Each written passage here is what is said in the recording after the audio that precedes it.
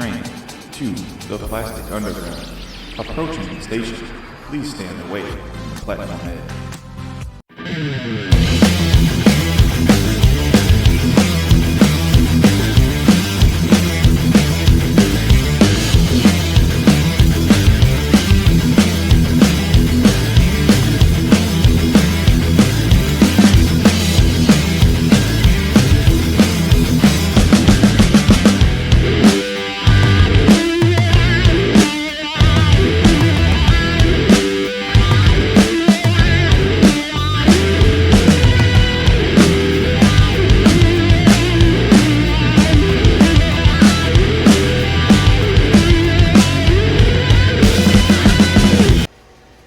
What's up, everybody? Welcome back to the Plastic Underground. I got a cool video for you guys this week. A subscriber, Danny Lucero, commented on my original series Star Trek phaser build that I should make the stun gun from Space 1999. So that is what I did this week. I whipped up this stun gun from Space 1999. It came out pretty good. It was pretty fun to make, and it's pretty quick and easy, honestly. And I'll have the patterns for you guys down below so you can make your own stun gun.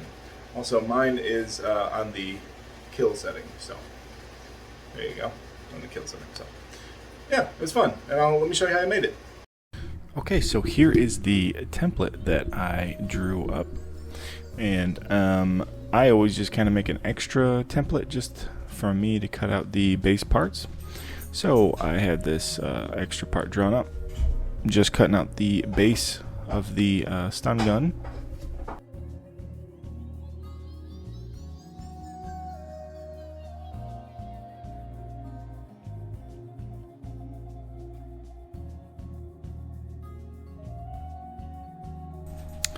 So now, just using some 10mm floor mat foam, I trace that stun gun onto one, and then I just mark out 3 extra parts of these squares, so that way I can glue up all these squares together, and then cut out one stun gun that is 30mm thick.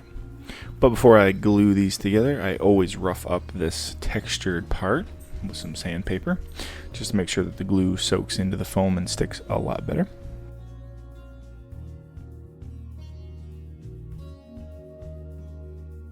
I go ahead and stick those all together using a straight edge metal ruler and my box cutter. I start cutting the straight pieces away of the stun gun.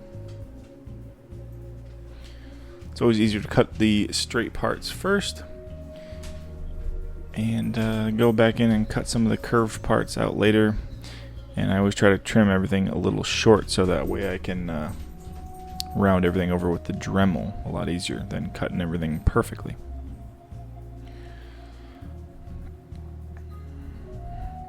So there is the middle of the handle all cut out. And now what I do here is I cut out the grip detail from my template, so that I can go ahead and mark out here on the actual foam piece where that grip needs to go.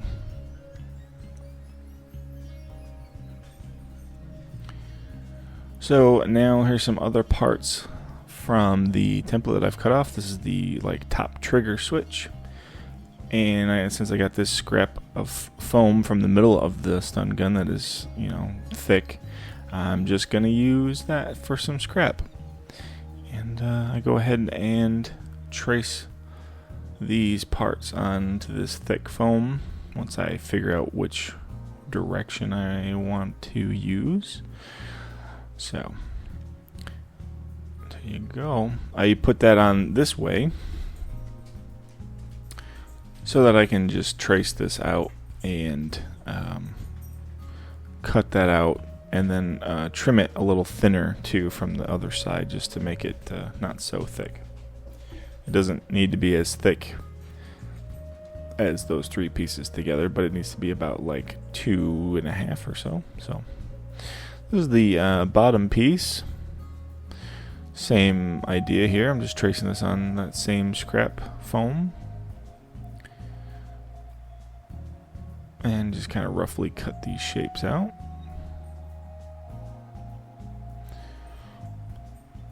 And now here is this little box I have of like scrap circular cutoffs of like foam, like different thicknesses and stuff.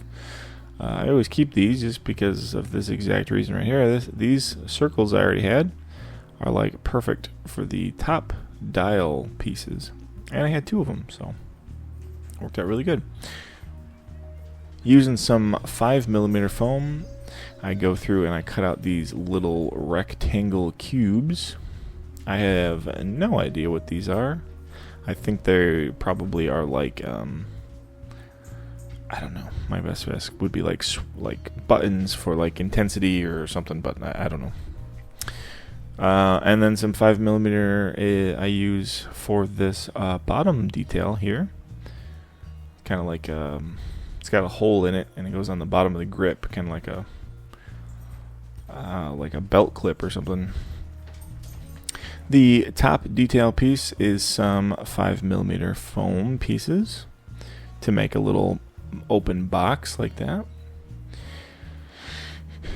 And on top of that is this little slide piece.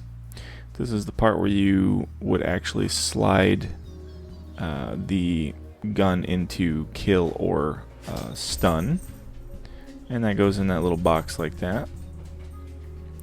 Then I go around with the Dremel, the sand disc, and I just make sure everything is smooth. Whenever you cut out thick foam, sometimes your blade gets like a little angle to it, and your back side will be a little thicker or wider than the front side that you drew on. So I just kind of sand all that stuff down, make sure everything looks pretty uniform. And I also round out a lot of edges and make sure all of the seams are smooth. Then I can go ahead and start assembling everything. So using a little bit of contact cement, I put contact cement on both sides of the foam, and that way when they touch each other, they get glued like permanently. So gluing that little piece on the bottom, then I push the little trigger piece on top, and then here's that little weird belt clip part thing on the bottom.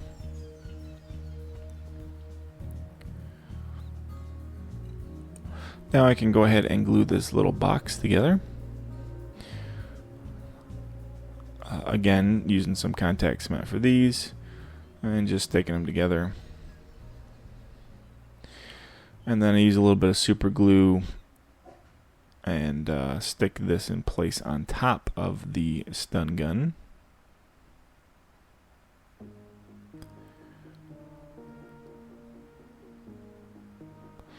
Then that little slide piece goes in here, and I glued mine in place, but there is probably a way with like a magnet that you could make this so that it slides. Even this like friction fit kind of worked. It kind of slid, and it was kind of cool. But I decided just to glue that in place for now. So here's some little detail pieces on the side. These are 2mm foam, and there are 2 of these. There is that L shape, and then there's a long shape too. But I go ahead and I start to glue these little rectangles all over the place. And there's that long strip there that goes on the side.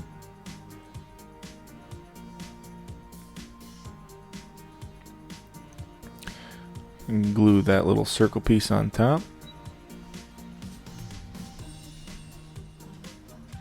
So you can see there's really not a lot to this build. It was kind of came together pretty quick, and I definitely did this in a weekend. And yeah, kind of happy with how it came out. But yeah, so now you just go through and glue these little squares all over the place.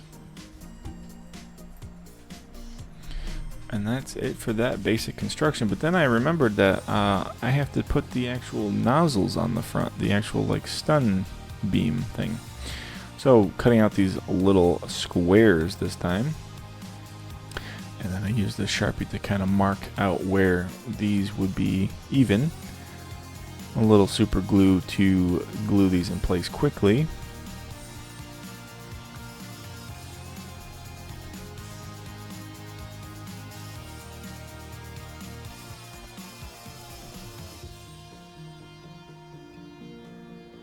So now I have this little piece of copper piping that has been sanded so that it can cut through foam. I tried to cut through this 10mm foam first. I didn't like the way it looked, so I went ahead and used some 5mm. And you get these little, like, tall circle pieces. So I just glue those in place right dead center of these little squares.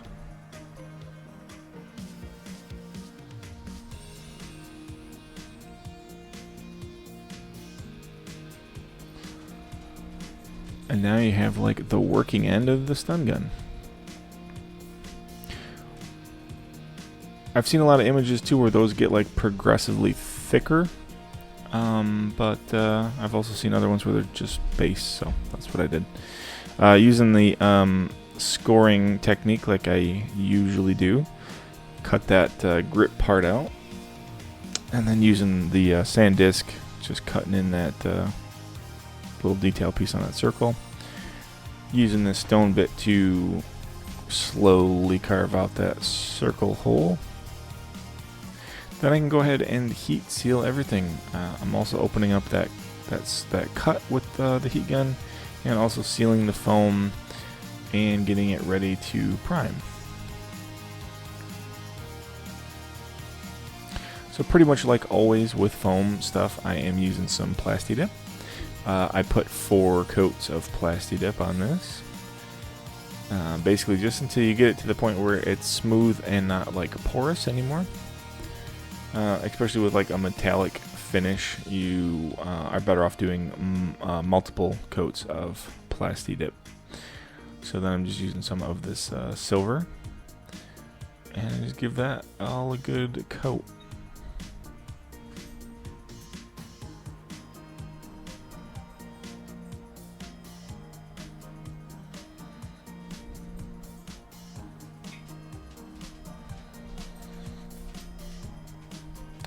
Then I go ahead here by hand, now that everything's all silver and shiny, and I try to get as much fingerprints as possible on it at this point. But I start here with black, and I just go through and I paint everything black that's supposed to be black. So these little buttons, the center of that circle, and those little thin detail pieces, and the switch and the handle, and that bottom section all get painted black. This gets like 3 coats of black. When you're painting on top of metallics with acrylic paint, they have the tendency to go down thin, and they kind of want to like kind of wipe off. So if you go to put your second coat on too soon and it's still a little wet, it's not dried, it will just like brush that first coat like right off. So I always give these time to dry. But now I go in with some red. I started with red so that I can do these top switches and also the part of the stun gun up here where the kill is activated. So the kill is red, and if that switch there is forward, then the gun is technically in stun mode, and that is black and says stun in white. So mine is in the kill setting, so I wanted to paint that red.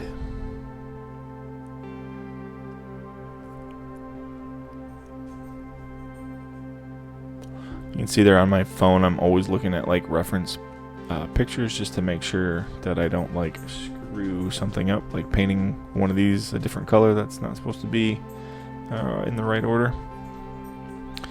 Now I go in with a little bit of blue, paint that bottom button blue, and I do the same for the other colors. So there is green and there is some yellow, and then obviously I do that on both sides of the stun gun. And that is basically it. That's probably one of the easiest paint jobs I've ever had. This was a great suggestion, so thank you very much for the suggestion. And I had a lot of fun making this. and it came together really good. It was fun and easy to build, and I hope anybody who's interested makes their own. And this is just one of those things that it looks cool. It's a older piece of like sci-fi pop culture, and I've always loved the way that like old school like sci-fi looked. So I think this is very cool. This was a great suggestion, and I'm happy to have built this and made this. So just using this thin brush here, I'm just going in and writing the word kill with some white paint, and that is pretty much it for this build, you guys. So thank you again for the suggestion. I hope that I did this justice. This is not a series that I've ever really remember like watching a ton, but it was a really cool suggestion, and I really liked building it. And yeah, if you have anything else, let me know, because I really like building stuff that you guys want to see. So let me know in the comments, and I hope I'll see you guys next time I make something cool.